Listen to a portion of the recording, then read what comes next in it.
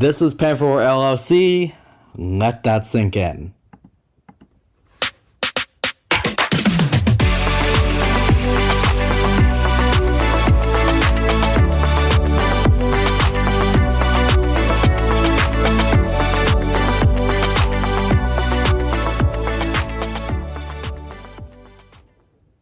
All right.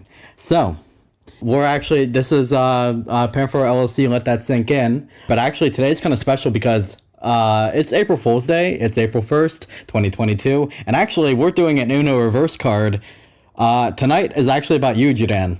We're going to be learning about your path into this wild music industry. So, it's going to be fun. We're going to get into this. My name is Eric Ziegler. I do sync licensing for Panfurware. I make sure to get the music that we have in our library to the respective music supervisors and producers and showrunners. Anthony.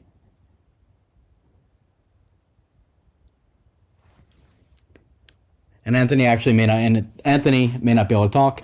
Anthony is our founder of Panfurware LLC. It started out as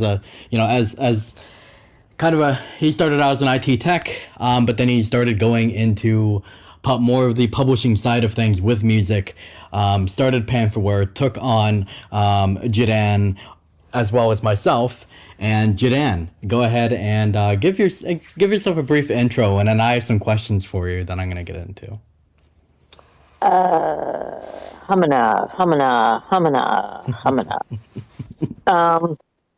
Judeanne, I am the founder, owner of JA Creatives Consulting, and I've been working in the music industry since 96. Maybe a little bit before that. I'm never really sure when to say when I started. But yeah, so I'm not going to give myself too much of an intro. I'm just going to I'm going to take it as it comes with you, Eric. So Fair enough. And that's actually a pretty good place to start. Like you said you've been involved in the music industry since 1996, but let's go back further. Like, what has been the beginning of your music journey? Even before officially getting into the industry. So you're telling me you want the embarrassing story of what hooked me into music? Yes. Okay. Let's get ourselves into a time capsule here. And go back to the early 70s when I was but a wee tyke. And I was one of those little girls that just found a way to annoy her parents every moment that she could. And did I say it was the early 70s? Yeah, my parents, we had a house, but we didn't have all that much. We were never anything more than lower middle class kind of deal. And so I don't know where my musical inclinations came from, because my parents at that time only had 6 albums in the entire house. 2 of them were Bill Cosby records. One was The Ballad of the Green Berets. Then there was a theme to Pink Panther. Oh, I think there was a 3rd Bill Cosby record.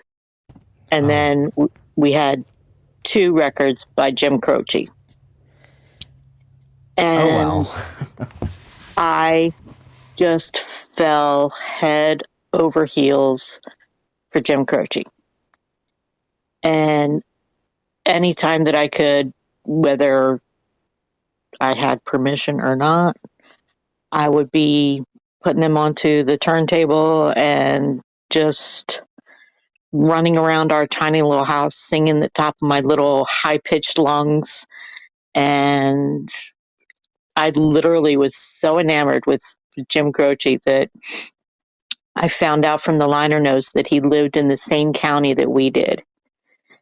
And my father had this penchant for basically being out of the house as much as freaking possible, but he and my brother, and once in a while myself, would just be out all day Saturday, all day Sunday, just driving from where we lived in Chester County, PA, out to like Lancaster, up to the Poconos, over to New Jersey, down to Maryland. Just literally, my father would be like, "Where's this road go? Let's find out." And he'd make the turn, and we're like, "Oh, we're following this road till wherever." Basically, my father was the initial GPS back in the 70s. If you needed to know how to get somewhere, you called him. So I figured Jim Croce is in the same county. My dad can find him. This is a picture of his house on the goddamn album. And I just started begging my dad, saying, please, just please. All I want to do is knock on his door and ask him to sing me one song. Because I knew I couldn't go to the clubs, the coffee houses, or whatever. Because basically I knew my parents wouldn't do that for me. And my dad just kept backpedaling. Nah, he doesn't want you doing that. I'm like, have you seen how adorable I am? At this time, I already gotten like 3 Philadelphia Eagles football players to give my brother an autograph because my brother was too chicken to ask. I knew I could get Jim Croce right around my little finger. But my dad kept hemming and hawing and blah, blah, blah. And it was probably about a year after I was nagging him for that I went into the kitchen and asked my mom when we were going to get a new Jim Croce record. And she looked at me and she said, we're not. And basically, it was the 70s. So I'm like, what you talking about, Willis? And that's when she explained to me, I was probably 7, that he had died. And I'm like, what you talking about, Willis? But yeah, from then, those albums were just sacred to me. And Jim Croce is literally my first rock and roll hero. Wow. That's a yeah, I mean, well, he's been like an inspiration to so many people. But did you ever feel compelled to pick up an instrument or anything, or did you ever feel compelled to try and play any instruments? I did the choir thing. I took vocal lessons for about 10 years, but I hate to say this, but my family really just programmed me against myself. They kind of mocked my idea of wanting to be a singer, and it really cut deep. And my mom thought that she was being on my side when she started telling me things like, it's okay, you can try. I just want you to have something to fall back on. And so that was just an undercurrent that was always there that said, even mama doesn't have any faith in you. And so I've lived a life falling back on ever since. Okay. Yeah, and so I guess she didn't want you to. She didn't really quite believe in the whole like if you really love something, go with it 100% with your heart and just. Yeah, my mom was not a risk taker. And I I was told this left, right, and center. I terrified my parents because I was such a risk taker. I literally still to this day have no qualms about anything. I've I've done crazy things that people are like, "Don't you know that's a crazy thing?" And I'm like, "No, it's just what I needed to do." There have been times when my car had broken down somewhere and I had to walk like a couple of miles to get wherever it was that I was going. So I just got my stuff out of my car, left the blinkers on, pushed it over to the side, and walked to where I needed to be. And when I get there, they're like, what do you mean you walked? Why didn't you call us? Was there not a payphone? Hi, yes. Remember, we mentioned the early 70s before. We're still in payphone territory. But, it's just those kind of things where I'm just like, I'm just going to go and do it. But somehow, with that really delicate dream, my family was able to undercut me enough that any and all confidence was just thrown to the wolves. But still, I haven't been able to completely shake it. And that's why I got into the business side of things. Okay. So you kind of, yeah, so that's kind of what compelled you to almost compromise with yourself. Would that be a good term? Would that be a good way to describe it? Like a compromise within yourself to, you still want to do something that you enjoy, but you just don't want, you also don't want to be somebody to where you get up every morning, hating your job or something like that. You want to actually feel some kind of fulfillment and enjoyment from what you do. Yeah, absolutely. Because I've had plenty of jobs outside of the industry, and actually one very recently. But I I didn't want to feel so dead inside. And for me, in addition to all these other things, I also have a very protective nature to myself. I'm very protective of people that I care about.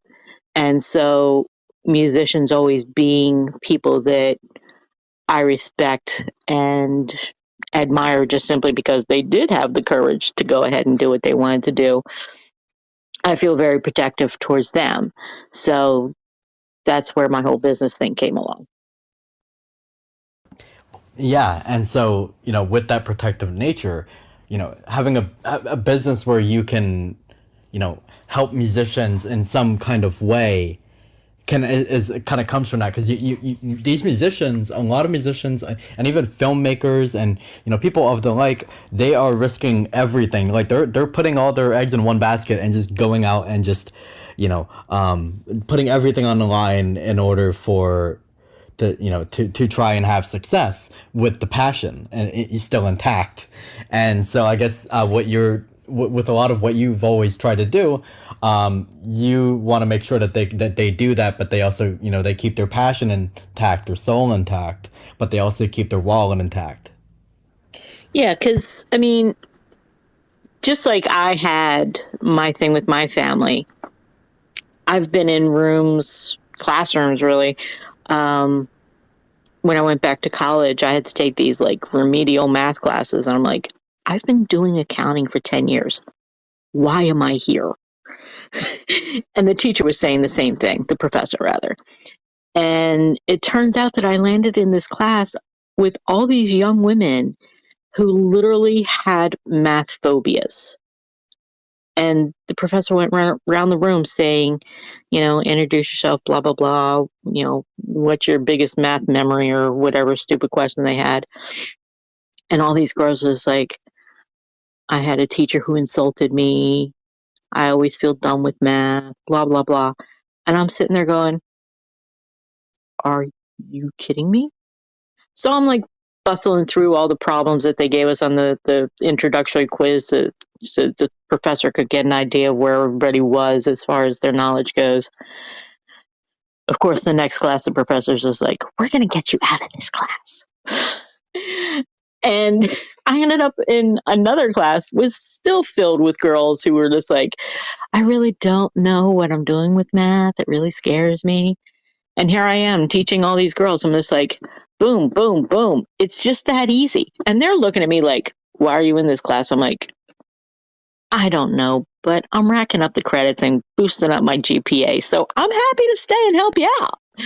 So that's basically just my nature to make sure that what are really simple concepts that are complicated by people who are looking for job security in the wrong possible ways are explaining them so that way people are intimidated instead of just simply saying, it's just this simple. You need to understand it, but you don't have to be the one to do it. You just have to be able to say, hey, knucklehead, this isn't the way that's done. Where's my money? That's basically where I come from. Okay, well said. Well said. I really like that. And so, yeah, Anthony, go ahead. I saw you on mute there, Anthony. Did something you want to chime in with? Maybe not. Maybe not. All right. Yeah. So okay. So you've actually also mentioned in the past. You've mentioned about working ticket sales. Is that correct? Was that for Live Nation, I believe? Yes, no, kind of, sort of, a little bit, not quite. Go on about that. Yeah. Well, the thing is that Live Nation is a promoter. So they have buildings that they quote unquote own, and then they also have buildings that they just simply book shows in. So, yes, I've worked for Live Nation because I worked the Made in America um, festivals that they have here in Philly every year. So technically, yes, I have gotten a check from Live Nation. I've also worked plenty of buildings where they book gigs. I've known everybody at Live Nation here in Philadelphia for decades. But part of my career back in 96 was working at what is now the Waterfront Music Center, I think is what they're calling it now, which at that time was Pace Entertainment. And then Pace Entertainment became, um, what's that billboard advertising company that was spun off? Well, anyway, it became another company, and then it became Live Nation. So technically, I worked at a building that is now owned by Live Nation before it was Live Nation. But I've worked, countless gigs where it's been a Live Nation show, and it's really easy um, to get to know people that way through the box office because everybody needs a ticket. Whether you're getting the band tickets, whether you're trying to get your friends in, whether you're counting the money that we're bringing in through the door, the box office is really the hub of everything, just simply because that's where the revenue comes from. Yeah. Oh, definitely. And go. Kind of. When was this in your? Was this recently? Was it in the past couple of years? When was this kind of in your timeline? When you're what span of years? Well, let me backpedal to the beginning of my career, and maybe you can decide, Eric, when I actually started in the business. Because I guess it was 92 when I left public accounting, and I kind of fluttered in and out of stupid jobs, just trying to keep some money coming in while I tried to land my first gig in the industry. And I was doing things much like anybody else. And at that time, there was the Philadelphia Music Conference. And so I worked that for 2 or 3 years, I think it was. And then in 96, I got my first paying gig in the industry, which was at the Mann Music Center here in Philadelphia. I was their controller for about 9 months before I went over to what is now the Waterfront Music Theater, Arena, Amphitheater, whatever they're calling it now. So I was working there for a year, no, 2 years. Then I went down to Atlanta for a year to work for another division, came back, and that's when I really hot and heavy started doing ticketing as my primary income, career, job, whatever. And that's when I went working at the Leah Kors Center up in North Philly at Temple University, the Wells Fargo Center, the Spectrum, the Phillies, the Eagles, down at Boardwalk Hall in Atlantic City, all the different festivals that we have in and around Philadelphia as well. And also, there's a there's a another amphitheater in Philly on the other side of the park from the Man, and I'm just drawing a blank on the name of it. Anthony, if you want to pop in and remind me of what that venue's called, that would be great. Um, Robin Hood Del East, that's what it is. And so that's basically the trajectory of what I was doing. So between about two, about 2000 to 2017, I was exclusively doing ticketing as my career. So basically 17 years of full-time ticketing. Before then, it was, when I was at the Demand Center and the Waterfront Music, whatever it is now in Camden. So basically 20 odd years of doing ticketing.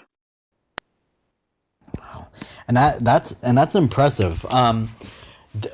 When you first started out, I mean, what was it? What was it about it that it kind of kept you for those, 20 years or so? That kind of kept you there and kept you doing it, year after year. Well, like I said, the box office is the hub of everything. It really is. And I really got to work with fans. I got to do market research right up there face to face with people. And once you really know the layout of a building, I got to the point where within a minute and a half of talking to the customer, I kind of knew exactly what it is that they were looking for. I would be able to tell them things like, okay, so you love this, that, the other thing. Here's a great view for this part of your budget. This would be great view for you. I'd have all kinds of people coming up. I'd have couples coming up where the guy wasn't too interested, but the girl was literally Google-eyed over going into the event. And I'd have to kind of navigate between their two differences of her enthusiasm and his budget conscious perspective and things like that. And then you'd have things like families coming in to shows, and I can see like parents sweating over wanting to spoil their kids and still wanting to be able to buy them, groceries the next day. So I would be looking at things like this right here, this seat that I'm trying to put you in. Like, let's just say I'm looking at the 15th row of something that's $40 for each person, regardless of parent or child. And the section right next to it has nobody in it. I can get them in the 5th row, and it's a $25 seat per person. And I loved being able to say, hey, Dad, if I'm putting you there up here on this side anyway, and the people right across the aisle to you are paying $25, why don't I put you in the 5th row and the kids got an actual better view than if you're paying more money? It sounds stupid and silly, but tying into exactly what the fan needs as a whole became really important to me, particularly when it came to people with special needs. And a lot of times that just meant it was a big family with a little budget.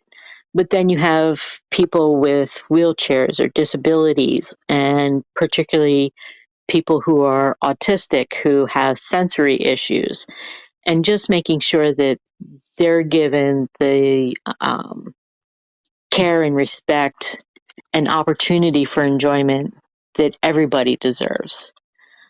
So that was really what brought me into the box office and had me stay, because being able to do that, and then the energy of like a show, like that hour before the show actually starts, it's just mayhem, foolishness.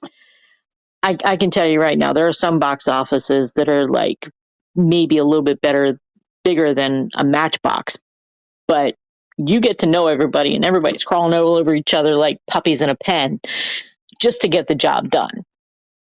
And it's really just so much fun to still be able to have a rapport with somebody at the window when you've got people 20 deep and you know you're going to knock through all those people and get them in, and they're going to have a good time, and their good time starts with you.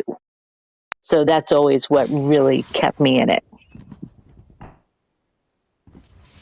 Yeah. Oh, that's Yeah, that's really admirable, and I definitely, yeah, and that's something I don't hear people talk about very often is, providing, making sure that people with special needs, people with disabilities, have that, because they do. You're right. They deserve the same opportunity to enjoyment of the show that everybody else does. That's something that needs to be taken care, that needs to be attended to, and it's yeah, it is very important. Is there anybody? Yeah, was there anything in? You muted yourself, Eric. I didn't hear the end of the Yeah, question. sorry. New setup, everybody. New setup. Yeah. Was there anybody in your life that had disabilities or had anything like that really kind of honed that into you, or was it something that you've always tried to be conscious of for people with disabilities and? Well, actually, that's one of the things that arrogantly possibly I see is a little bit unique about me, because I have had a lot of people with quote unquote disabilities around me my entire life. My grandmother was a polio survivor, and she had one leg that was about 3 inches shorter than the other. So she always walked with a limp, which was great because we always knew wherever she was in the house, it was always like clunk, clunk, clunk. It's like, there she is, there's grandma, she's up. And, my grandfather, her husband, was not the healthiest guy in the world, and in his last years ended up in a wheelchair.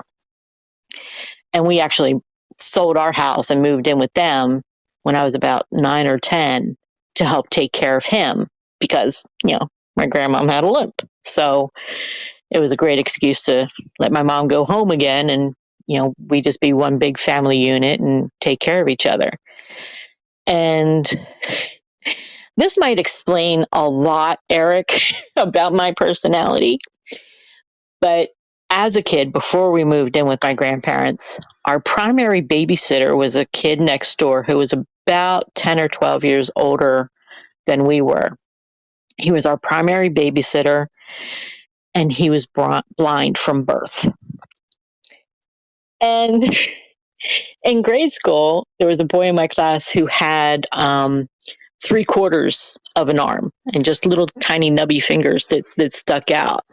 And he was just the sweetest kid on earth. And it took a long time for younger kids to come around and not be afraid of him. And even when we got older, there would be friends of mine, and they'd be like, "How on earth do you know that person?" I'm like, "Went to school with him. It's Joe. What's the big deal?" So I've always seen where there's distance between some people and others with disabilities. But for me, they've always been a part of my life. And so I know exactly how capable and able and normal they are. So when it comes to whether or not something like a seating arrangement in a concert arena can be navigated for them, or they can get some special handling to make it easier for them to navigate, it's a no-brainer to me. Yeah. Yeah, I respect that a lot because I've also dealt with um, a lot of people with various disabilities throughout my entire lifetime, and a lot of the people that I've known who have had any sort of physical disability, mental disability, etc., who have been on the spectrum, etc., have been some of the most inspiring and impactful and amazing people that I've ever met, and uh being somebody who is in charge, who is kind of in charge of saying, okay, you can sit there or you can sit there, and being the one who can, who may allow or even disallow what could potentially be an experience, a life-changing experience for this person. Yeah, That's a lot. yeah. It takes nothing at all to make sure that everybody has a good time. It really takes nothing at all. Um, I probably wielded my power 95% of the time for good and only 5% of the time for evil. The only people I tried to really take out and disappoint were the scalpers. They're the only ones. And it's really because they're just some of them. Um, and let me preface this. There's a difference between a scalper and a ticket broker. They're both part of the third party market, but scalpers who are out there in the parking lot that are approaching everybody on the sly and going, hey, you need a ticket. Hey, you need a ticket. You need a ticket. I got a ticket. You need a ticket. Those guys are just sometimes so smarmy that there were a couple of them I really wanted to reach through my window and rip out their trachea. Mm. And I'm not really feeling badly about saying that out loud. I don't think Sister Mary Frances back in grade school would be happy with that, but that's how it is. Yeah. No, that's yeah, no, and yeah, I can't stand scalpers, and it's kind of interesting though because with it was a big problem for a while, but actually virtual concerts and everything have kind of deterred scalping, maybe even if by a little bit. How virtual concerts, and especially stuff that's gone on over the pandemic, where people started doing Zoom concerts and started doing, I think it's called Periscope, where you do live viewing on bands and stuff like that, and how that affects scalping, like how that affects the scalping of tickets, because now people are just like, oh well, you know what, I don't have the money to pay for this, maybe I can just go and go on Instagram Live and see it on Instagram Live, or go and see it on Facebook Live. And I'd be curious to know like your thoughts on that, your thoughts on social media live, and kind of I'm gonna use this word very cautiously, the metaverse, and how it affects the live ticket world. Well, here's the thing, Eric. You've kind of stepped on a landmine. Yeah, I know. Um, because in addition to working in the industry and everything, I also have basically studied performance on an academic level. And there is absolutely nothing on this earth like the bond between artists and their audience members. And I say that with a great deal of respect because it is a bond that is quite literally, for some fans to artists, it's sometimes as close as a mother and child. And I say that because when the fandom starts at the quote unquote coming of age moments, the teen years, the early developmental years, those are things that quite often carry with us for the rest of our lives. And I'm sure that anybody can say, my favorite band is, and I've been listening to them since I hit puberty. God, that woman's right. Darn it. But the fact of the matter is that when it comes to people that are really impassioned about live performance, the metaverse online experience is good enough, but it's still not quite right. I used to basically get a lot of grief, again, from my family, because once I started going to concerts, they stopped seeing me on a regular basis in the evenings. I was either working or down at the Spectrum. And it was seriously, it became an addiction. And the few times I couldn't get to a show, I was still obsessing about what was going on at the show. I would literally be 18 years old and look at my watch going, the show's just starting. Oh my God, the headliner's on now. Oh my God, the special guest's on now. I could just go through the entire thing. And that kind of tunneled attention and passionate attention, for me, just isn't the same when it comes to being online. And I don't think it could ever really be that way until we get to like a matrix level society where we're all in our little pods. But hey, we don't know we're in our little pods. We're thinking we're still out there in the world with our little avatars and such. We don't know the difference.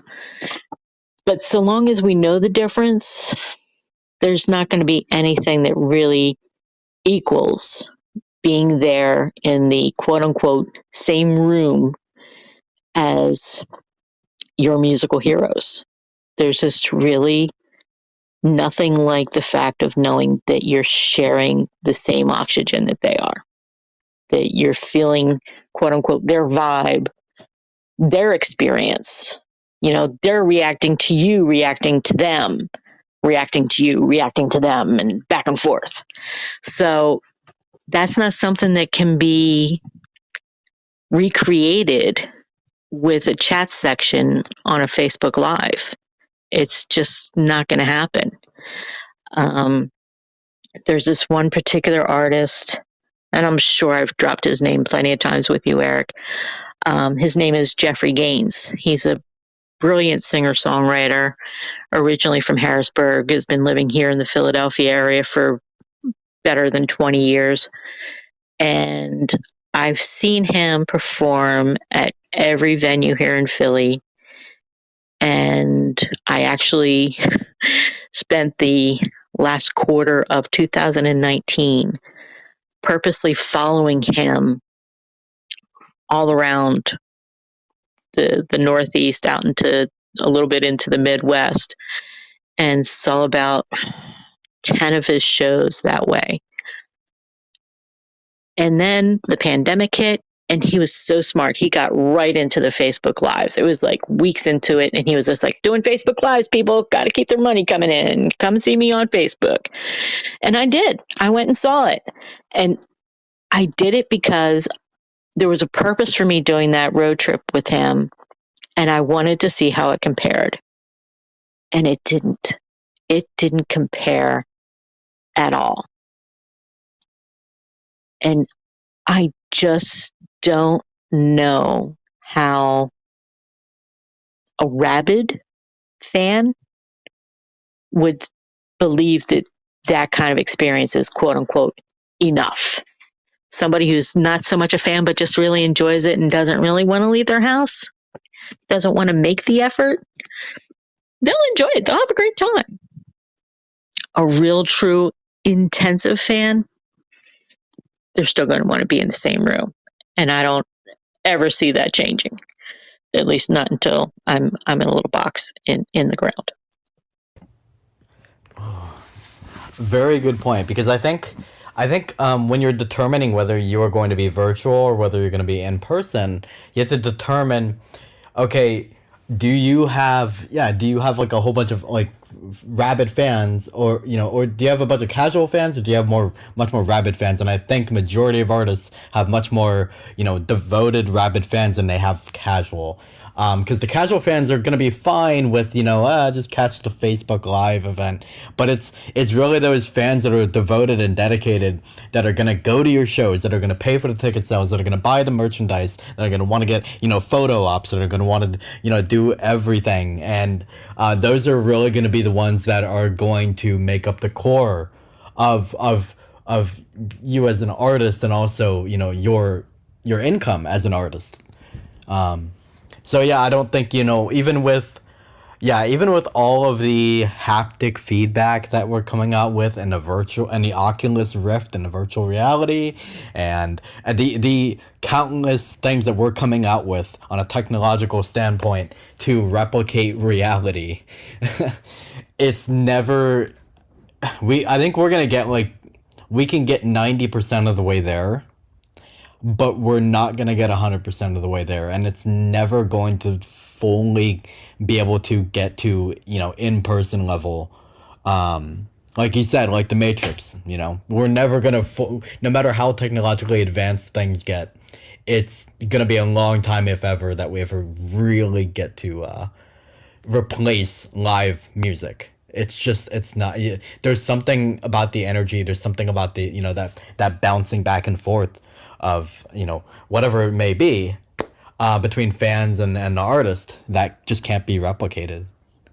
Well, let me just tell you this. Here's where the online situation is going to be a benefit.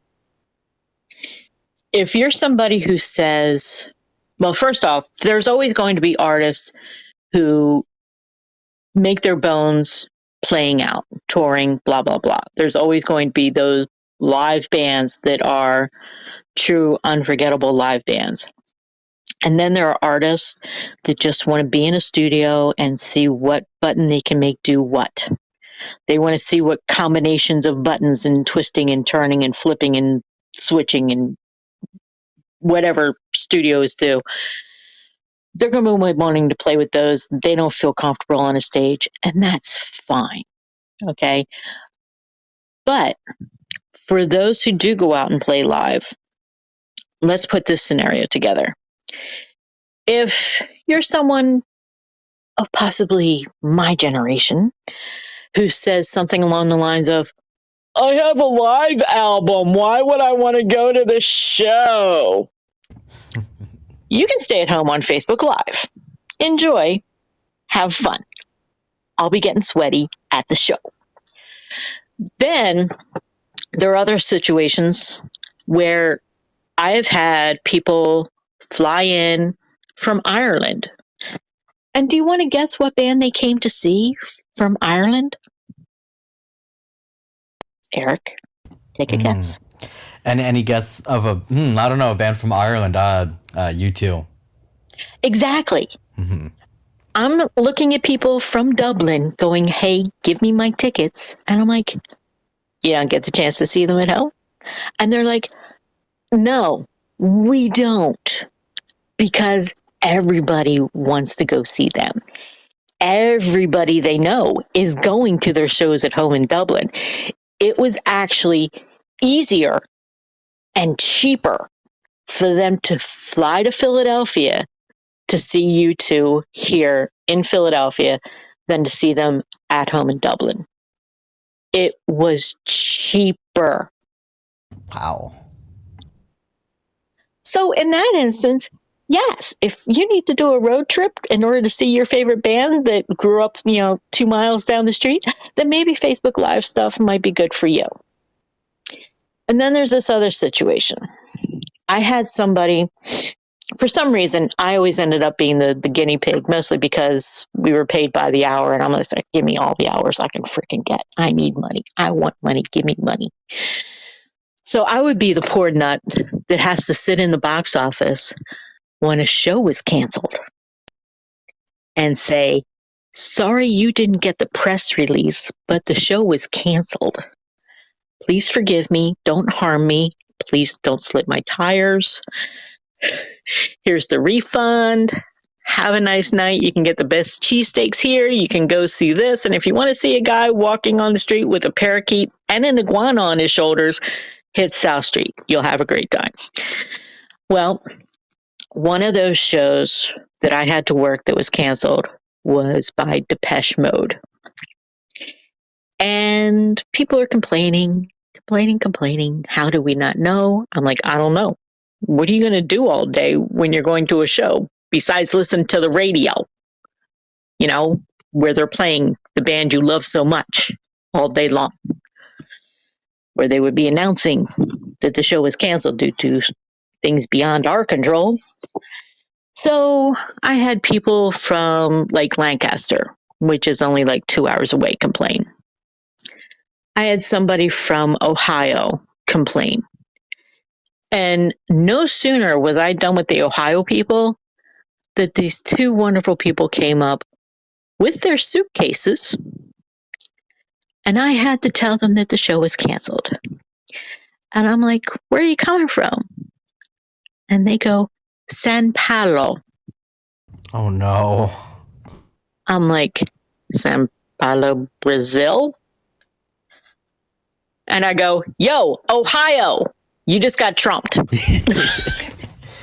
Oh. So all four of you are disappointed. All four of you from out of town. Go grab the cab they were just in. Go to South Street. Have a good time. But those are the kind of scenarios where a virtual concert is going to be better than no concert at all. And of course, a worldwide pandemic. Yeah, no, that's very true. That's a wild that's a wild story. Thank you for sharing that with us. That actually makes me realize, and I don't know how I didn't think of it before. With ticket sales, there's a big customer service aspect to that as well. You have to be able to be diplomatic. When it comes when a show gets canceled. These people are going to be upset, and rightfully so. But but they're not going to want to hear, sorry, the show is canceled, you have to go back. They want results. And you have to be able to kind of do that. You have to really be empathetic, particularly with a show cancellation. But honestly, the harder one is when a sold out show is going on. When you hear the words over and over for 3 hours straight, it's sold out. Isn't there just one more? Just one more? Okay, what don't you get about sold out? Sold out. O-U-T. You're out of luck. You really want to get to that point, but you can't. And that's when you really have to, get your bones in the box office and realize when that's actually the case. Because that's when people are really getting knuckleheaded and going, well, what about all those tickets back there that people didn't pick up? I'm like, they still paid for them. They still own them. I've got a car out in the parking lot that I'm not using. Do you think you're entitled to use that? No, I'm just not using it right now. They made that choice to flush that money. Nothing I can do about it. But when you really know what's going on and you're at the right time, then you know things like which band is coming back to the box office after the headliner hits and saying, give us back our complimentary tickets. Because they want to see who took them for granted and who didn't. Because the people who took them for granted, unless they have a really good reason, they're not going to get free tickets in the future. But I can guarantee you that if I go to that person that's with the band and I say, I've got 4 people out in this lobby bawling their eyes out. All they want to do is get in. They've been wonderful. They've been patient. They've been polite, but they're so disappointed. Do you have 4 that we're going to put back on the system that I can sell to them? And I tell you this much, 90% of the time, I was able to make that happen. That's when you know you're doing something you really love for a living. When you're able to go, hey, I know what you're feeling right now. I've been on the outside of this. I get it. I know what you're feeling. Give me a little bit of time. Let me see what I can shake out. Just be patient and keep your mouth shut about me doing anything over and above the Call of Duty right now. Don't share this with anybody. If you do, I'll have to kill you. But it was always so great when I'd be like, looking somebody in the eye waiting for them to break in their conversation and go, oh, she's staring at us with this stare of death, and just one little finger goes, crook, crook, crook, come over here right now. Shh, don't say anything. And then I'm like, I got 4. Give me however much money it is. Don't tell anybody. Here's your tickets. Have a nice time. That was always the best experience.